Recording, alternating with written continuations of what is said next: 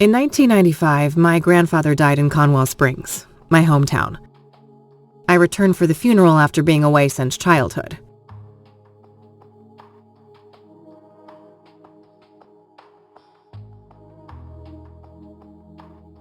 In 1995,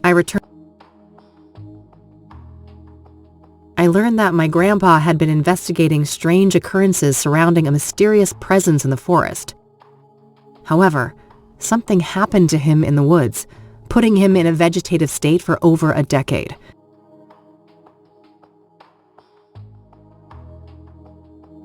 I learned that my grandpa had been investigating strange occurrences surrounding a mysterious presence in the forest. However, To solve this mystery, I teamed up with Eileen Summers, my college roommate. A Christian nerd and a biker badass. It was a match made in heaven. A local church turned out to harbor a secret cult worshiping the malevolence in the woods, referring to it as the Old God.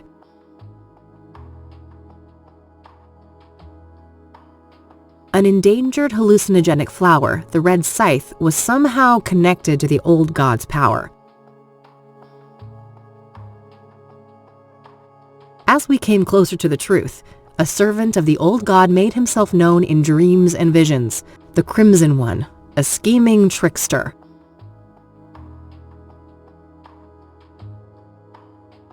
Things came to a head when the priest of the corrupt church, Isaac Price, abducted Eileen, intending to offer her to the Old God. I managed to track them down and have Isaac thrown in jail, but Eileen was in a catatonic state and was about to suffer the same fate as my grandfather.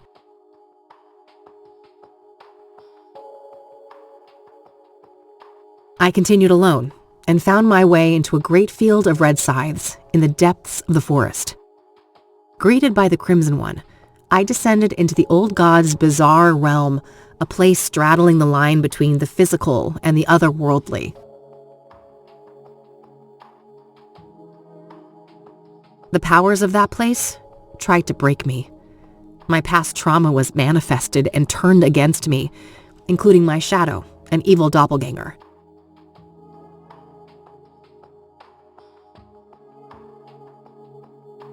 I defeated these foes and emerged back into the real world. As I left Conwell Woods, I set the flowers ablaze to eradicate the evil at its root.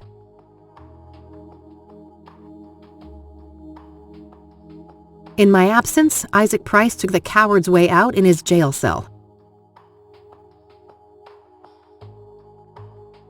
When I returned, Eileen had awoken. She was safe. It was time for us both to go back home.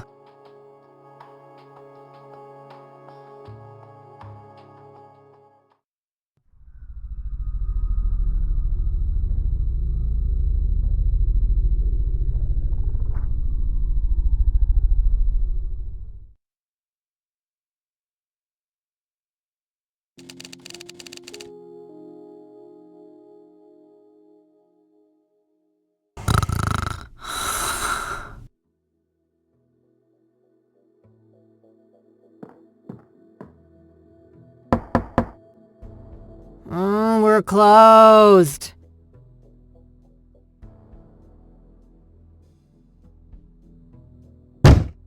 For fuck's sake.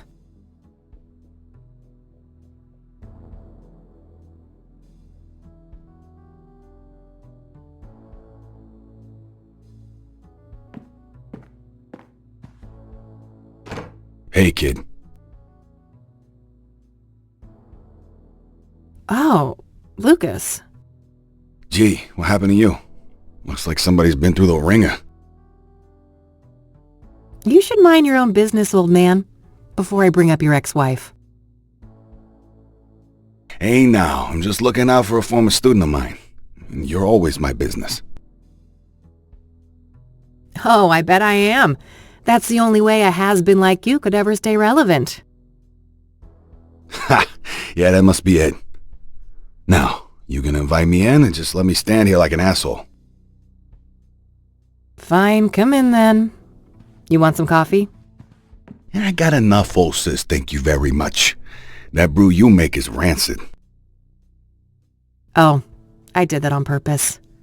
I wanted to do detective work, not dumb chores like some airbrained secretary. Feigning incompetence, huh? Clever move. I guess so. I just wish that shrewdness of mine could make me some money. There's my segue. Did you hear the news on the Soothsayer? I never took you for a sucker, Lucas. This is Cassidy. There's no way that reward is legit. You're wrong. Mayor Adams is different. He's the real deal. And you know this how exactly? Well, because it just so happens that I was hired to find dirt on the guy. I got nada. Zip. He's a total Boy Scout. Whatever. We're still talking about a serial killer. Do I look suicidal to you? Kinda. You passed out at noon, stinking of booze, and that eviction notice hanging over your head isn't doing you any favors. That's none of your concern. I'm handling it. I just need a goddamn case. A normal case. Free of homicidal maniacs. Don't know what to tell you, kid. Things are looking kinda dry on that front, you dig? Oh, God. Please don't try to sound hip, Lucas. Your Dick Tracy imitation is cringeworthy enough. I suppose you could always pawn off that bike of yours. Buy you another month or two.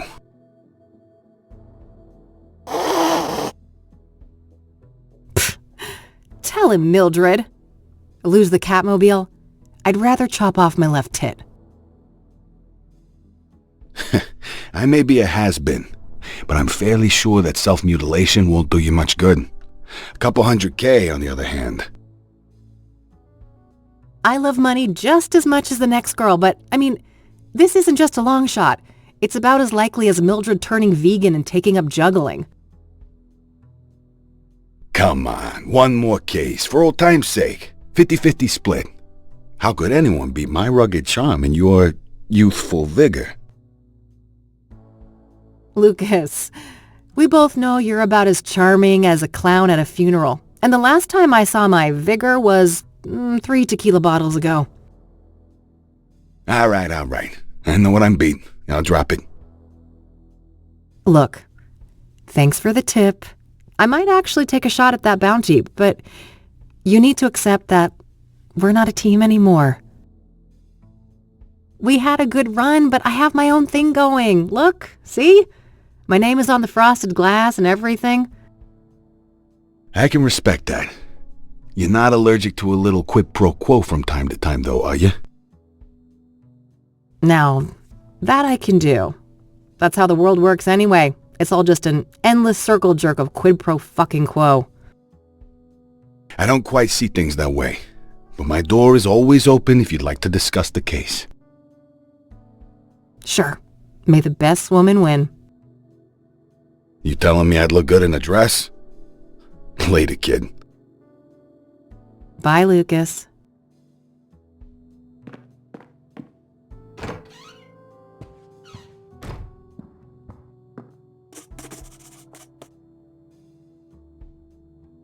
Well, it's not like I have anything better to do. I should have information on the Soothsayer somewhere in this room.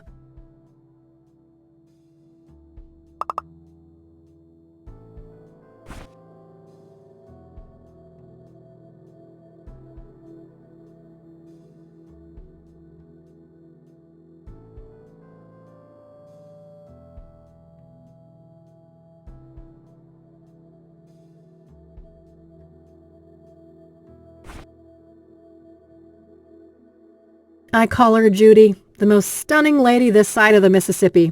She's my electric go-to gal when things get rough. My lighter. Used to belong to my dad, but now it's mine. Plenty of fuel inside. My expert lock-picking set. Not many locks can withstand these little fellas.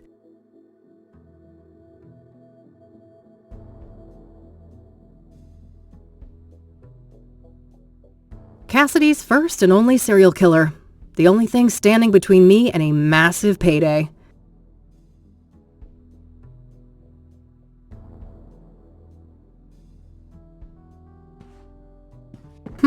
Yeah. Maybe there's something about the killings in these papers.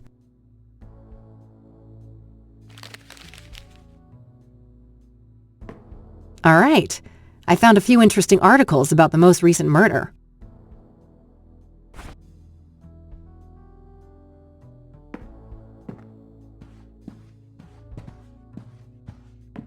Who's the best fluff ball?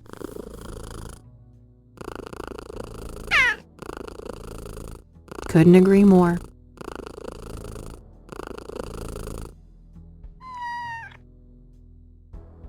Mildred's abode. Nothing out there but a brick wall and a bucket load of misery.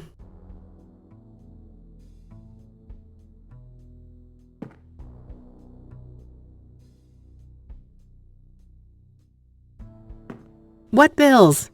Never saw those. Nope, no siree.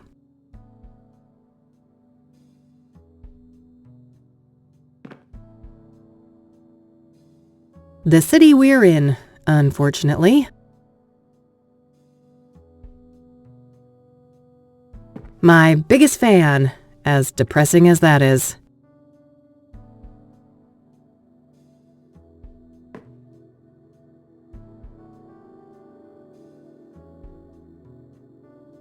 Various reference books and technical manuals. Empty. All this gumshoe has left to pawn is her dignity. An article in the Chicago Tribune about the Whitmore affair. My big breakthrough case last year. I've been meaning to get it framed, but I've been too busy with important things. You know, like drinking alone.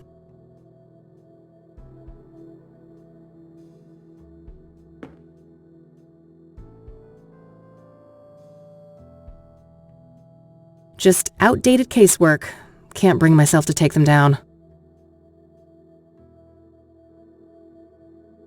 My private investigator's license issued last year. I was worried how Lucas would react, so I applied for it behind his back. I couldn't have been more wrong, though. That old fart has been nothing but supportive since then.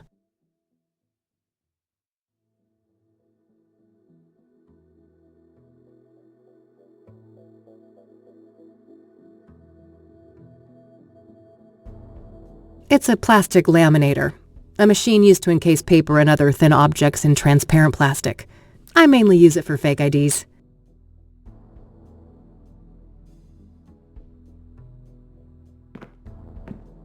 I should grab this in case I need to snap some shots.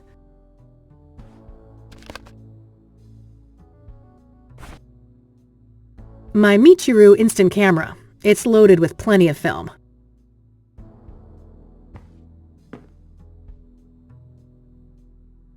That cranky drawer is stuck good. I know Eileen had some magic trick to get it open. Too bad she's not around.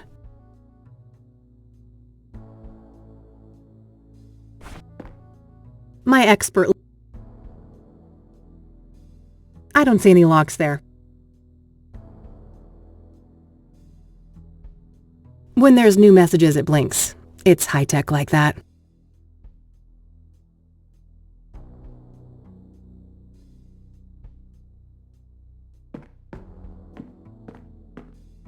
The yellow pages. Handy for looking up people and businesses.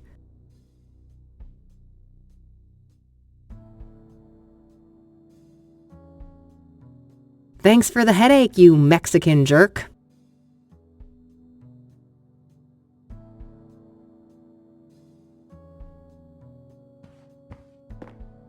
Daily papers from the last couple weeks. They have, accidentally made their way here from the recycling bin outside.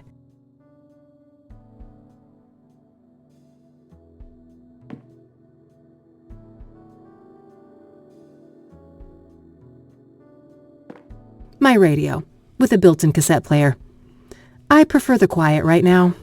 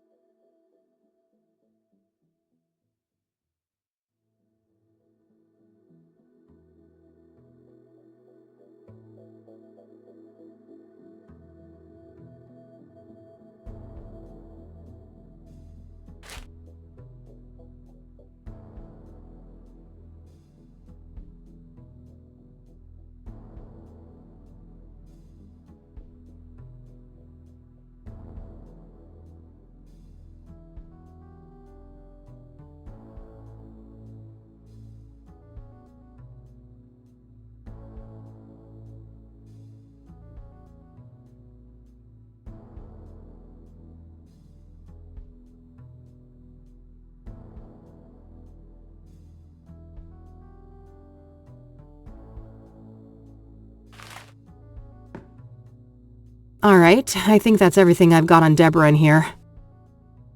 When I'm ready to leave, I should be able to learn more about the other victims at the library.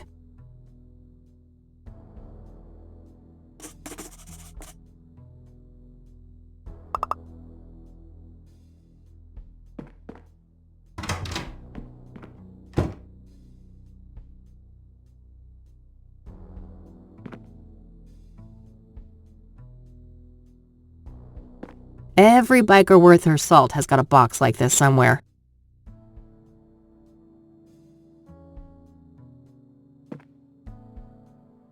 Extra helmets. Eileen used to wear one of them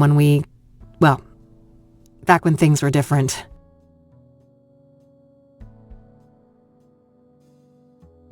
Useful things for when the Catmobile needs a tune-up.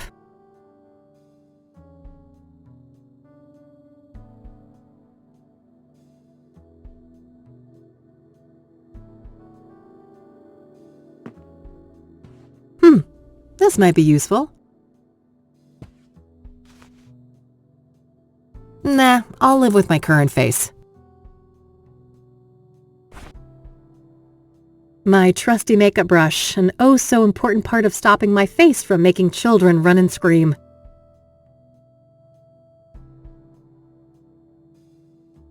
Eileen and me, before Rain investigation started going downhill. We worked great together, didn't we? I wish things didn't have to go the way they did.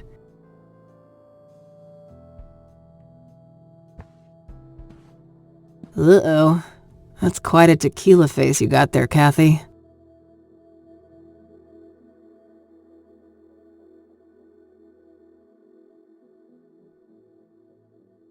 Keeps me in perfect timing. Ugh, don't make me hurl. I'm way too hungover for coffee.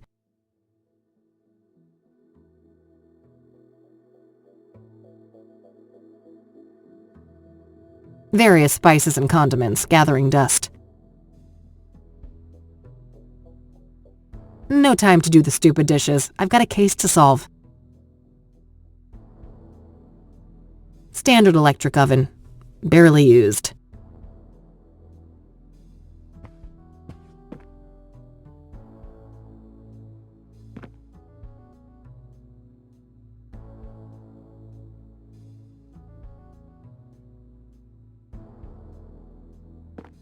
A postcard left by Jimmy Cochran, that strange old geezer I met at a mental institution a few years ago. He was discharged a year after we met, and for some reason he seems to think I had something to do with it. I better not open that. Wouldn't want the mold to spread.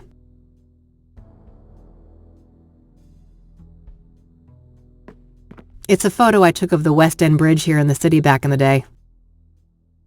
Teenage Kathy had one of those artsy photographer phases.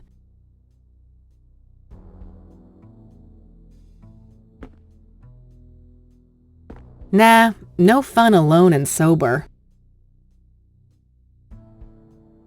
How's it hanging, Lampy? I better put that away later, for Mildred's sake. That little rascal has proven that yes, cats can get drunk.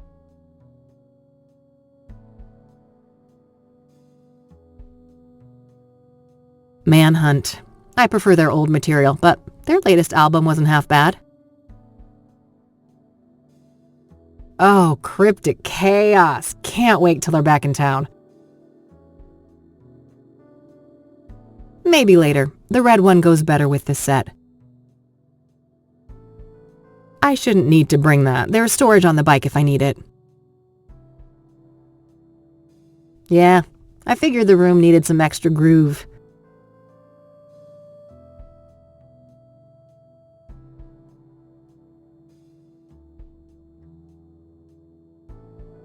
I wish, but if I don't shape up and get some work done, I'm gonna end up sleeping somewhere way less comfy.